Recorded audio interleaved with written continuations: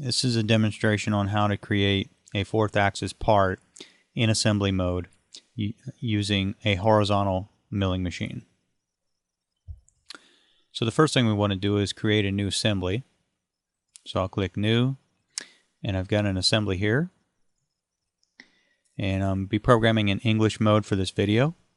Instead of inserting a component at this point, what we'll do is cancel this mode and we'll check on the settings that I have set in this assembly. So go to Document Properties and go to Units, and notice I have inch, pound, second set at 4 decimal places. I go to Image Quality, I have the image quality up high. And if you wanted to see cosmetic threads, you would go to Annotation Display and select Shaded Cosmetic Threads. And then you want to display assembly annotations and use assembly settings for all documents. That's the proper settings to show your cosmetic threads in the assembly mode. Once that's done, we can go ahead and select to insert a component. I'll browse to the first component that I want to insert, and that will be my horizontal milling machine table. Once this comes in, I'm just going to place it in the screen. Now you'll notice if I rotate, you'll see that it would probably be best if we were to orientate the table to the proper orientation in the SolidWorks 3D space, in the SolidWorks reference triad. So what we want to do is we want to move this or rotate it, but you'll see when I go to try to rotate it or move it, it says it's fixed. And that's what the F means over here in the SolidWorks tree. So in order to float that, we will right click on here and select Float. Now we can float the part and we can rotate it any way we want to. But what we really want to do is align this and fix this to the SolidWorks triad system. So how we go about that is the following sequence of events. First, I'll pick the top plane, and then I'll click the face of this part that I want to be referenced with the top plane. Now the top plane will be referenced with the Z direction. So I would probably want that to be pointing up. So I want to hold the Control key down on my keyboard and select this face, and then select Mate. And then once I do that, you'll see that the face now is coincident with the top plane. So I'll go ahead and close the mates, and then I'll take another shot at I'll take a look at the front plane. The front plane in this case, I'll make the X direction. So I'll click the front plane, I'll hold down the Control key and select the front of this table. Select the mate. And then the next thing I want to do is select the right plane and then select this face, make it coincidence. Now the part cannot be moved because it's been fully defined through these mates. The next thing we need to do in this fourth axis scenario is to set the part in on the table. This table cannot rotate and it must be fixed. If you do not fix this in the assembly mode to SolidWorks by using mates, then what happens is CamWorks comes in, and if you accidentally move this part, then the stock and the toolpaths get confused. So these must be locked down in the SolidWorks assembly mode. So I'm going to go ahead and insert a part.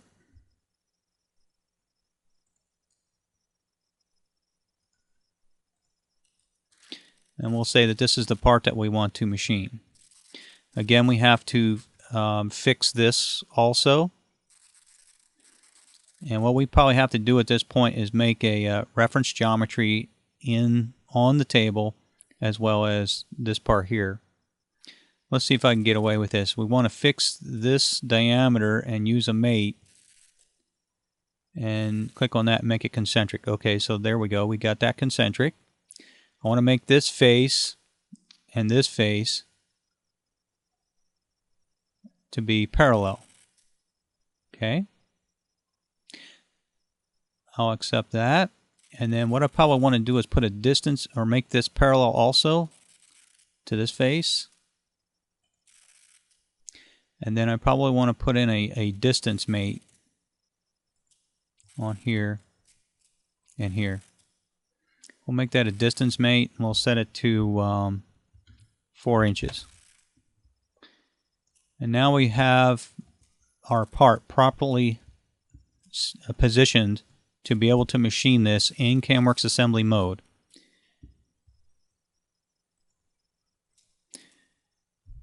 The next thing we must do is to insert a SolidWorks coordinate system for CamWorks, or else we won't be able to machine this.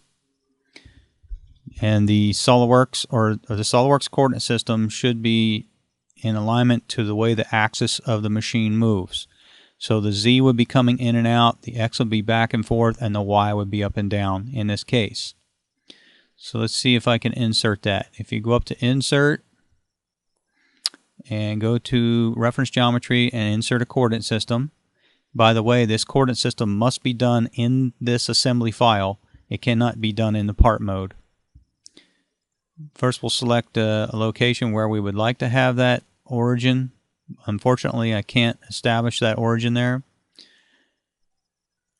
So what I could probably do is click on the face of this part, insert a sketch, convert, and then click OK to that. And now let's see if I can put a reference geometry in there.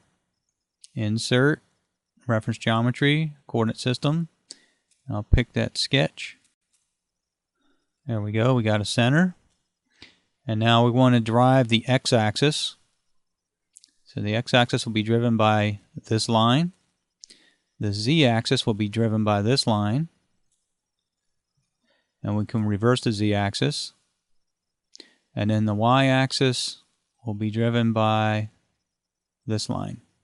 So now we have the z going in and out, the x going in the proper direction, and the y going in the proper direction according to the way that the horizontal machine is set up. Now if you wanted to see the coordinate system, you can click here, or you can go to View and tell us you want to see coordinate systems. Once we have a SolidWorks coordinate system, we are now ready to go to the CamWorks. And what I want to do is change this machine to a mil/inch. I'll select that part. And then I'm going to tell that I want a postcode for 4-axis, or you would choose your particular controller. I have to go to the setup and tell the CamWorks that I'm using a coordinate system, and I want to set this to a 4th axis mode. When I go to 4th axis, it's going to ask me to select an entity to rotate about. I'm going to tell the software that the 4th axis rotates about the y-axis. When I do that, we see a little marker here. It's hard to see with the coordinate system being displayed, but there's an arrow heading in the one direction. What you could do is you could probably select here and you could see which way the arrow is pointing. What we want to do is make sure it's pointing down towards the y-axis for proper rotation. And you can select both directions if you like on how your particular table would rotate. But I'm going to go back to the y-axis and see that it rotates around the reverse direction. It wants to know where the 0-degree plane, the XY plane. So as we look at the XY plane, that means this will be the 0-degree position, which is what we want to machine this at 0 degrees. So we click OK, and now we have the proper definition of the 4th axis set. I'm going to go back up and tell it that I don't want to see a coordinate system, so we can see a little bit more information. Next, we will go to the Part Manager, and we will select the part that we want to machine. We will make sure subprogram is not checked unless you want subroutine programs. We'll click OK. And now we have a feature manager, a stock manager. At this point, we are now ready to start setting the stock. So I'll come back over to the stock manager, and we'll see that the stock basically represented by a rectangle here, but we want to use this sketch for our stock. The problem here is that this sketch for the stock was created when designing this part, and we cannot use this in assembly mode. So what we have to do is basically convert this sketch into an assembly sketch. And how we do that is we click on the top of the part, or whatever level that sketch was created on, or you can actually create another plane, and you can extrude the sketch to that, or what they call convert entities. Okay, so we'll click on the top face, we'll insert a sketch, then we'll right click on this particular line, select chain, and then we can click convert entities. Now we have the part sketch underneath the assembly sketch, and you can see that. We'll accept that. If we go over here, we have sketch. This will be the stock sketch for the assembly.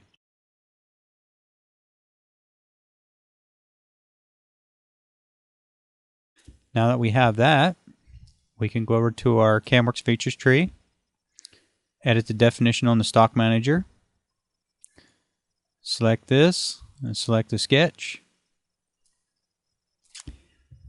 If we slide out to the side, you can click on the bottom.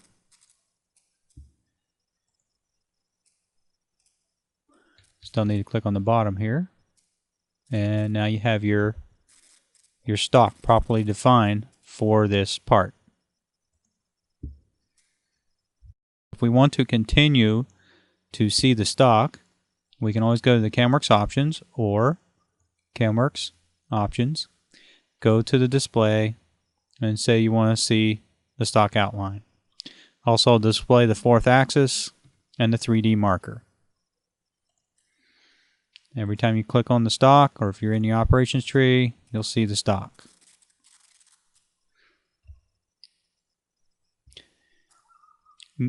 Next, we will go back to the feature manager and notice that we have no mill part setups. We could run AFR, or automatic feature recognition, or extract machinable features, but we're going to do this one manually because all I want to do is machine this face and this face. So how we go about doing that is we right click on the feature manager, insert a mill part setup. We can click on the front face to give it the proper direction. Now we have a mill part setup. We can edit the definition on the mill part setup. We can reverse the axis direction at this point, but in this case we want to come in from this direction. And the origin, we can actually make a sketch here and set the origin. And the sketch would probably be sketch 1 of the assembly. Let's see which sketch that was. Sketch 1, okay. That would be the center of that sketch. Once we have that, we are now ready to insert a 2.5 axis feature, and then we want to insert a face feature on this face. We could say up to stock. It sees the stock at 100 thousandths. Could reverse direction, but that's not what we want. Here we have 100 thousandths. It'll come in and cut that face. If we didn't want to use stock extents, we could just click here and just cover that area. That will tell us not to use the extent of the stock. This will just use the profile of that area. Then we can finish that and close. Now if we want to create a feature on this face, we have to create a mill part setup. So again, we can right click on mill part setup, and we click on this face. Go to the origin, tell it to use the sketch, click OK. Now you'll notice on the mill part setup here, it's facing this direction from that direction. And if I click on the mill part setup here, this is how we change angles. I want to insert on mill part setup 2, 2.5 axis feature. I'm going to click on the face, next. I want to use I do not want to use the stock offset or the stock extents. Here it says up to stock. I'm just going to say blind and set it to 100 thousandths. And then finish. Now we have our setup 1 and setup 2. Right, I'm going to right click on this and generate an operation plan. And then I'll edit this operation. Tell it what I want to do. I want to go to the top of the feature and top of the feature. Do a preview. And here you see we have a toolpath coming in and coming across. That one's okay. And we do the same thing for the other one. We come back,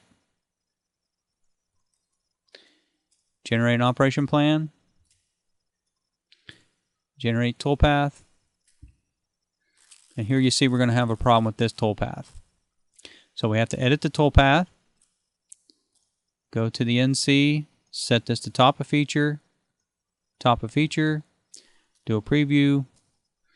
The toolpath's coming in correct except for this location. So this would probably be best if we did on this particular case, because we don't want to run the tool into this face here, probably best if we did an open profile on this situation here. So how we go about doing an open profile is we go back to the ChemWorks features tree, make sure you have the feature manager expanded, go to mill part setup 2. As you see, I've already deleted the other face feature operation. So I'll right click, insert a 2.5 axis feature, select an open profile, pick on this line, select next. And what we want to do is look at this sort of from the top view here. And we want to reverse the direction of the stock and set this to 100 thousandths. Then we want to select edit feature profiles because the compensation arrow is on the wrong side of this feature. Then we want to flip the direction and make sure that the toolpath will be cutting on this side of this line of that feature. Click finish, and now we have a open profile for that operation or for that feature that we want to cut. We're going to click generate operation plan. I'm going to change some settings in this operation and select a 2-inch cutter. I'm going to go to the contour tab, and these are the side parameter cuts. I'm going to tell it that we have 7 inches of material remaining, and I want to take 1.5 inch passes. Then I'm going to go to the NC tab and tell it that I want the rapid plane to be the top of the feature and top of feature for the clearance plane. Go to my lead in. I'm going to set a perpendicular lead in, 2 inches and an overlap of 0.5.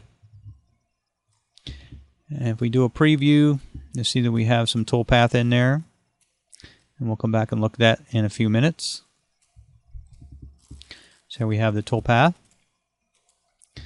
And then another thing that we want to observe here is this fourth axis, 315 degrees. And if I click on the setup number 1, you'll see 0 degrees. If we didn't want 315 degrees here, we could edit the setup.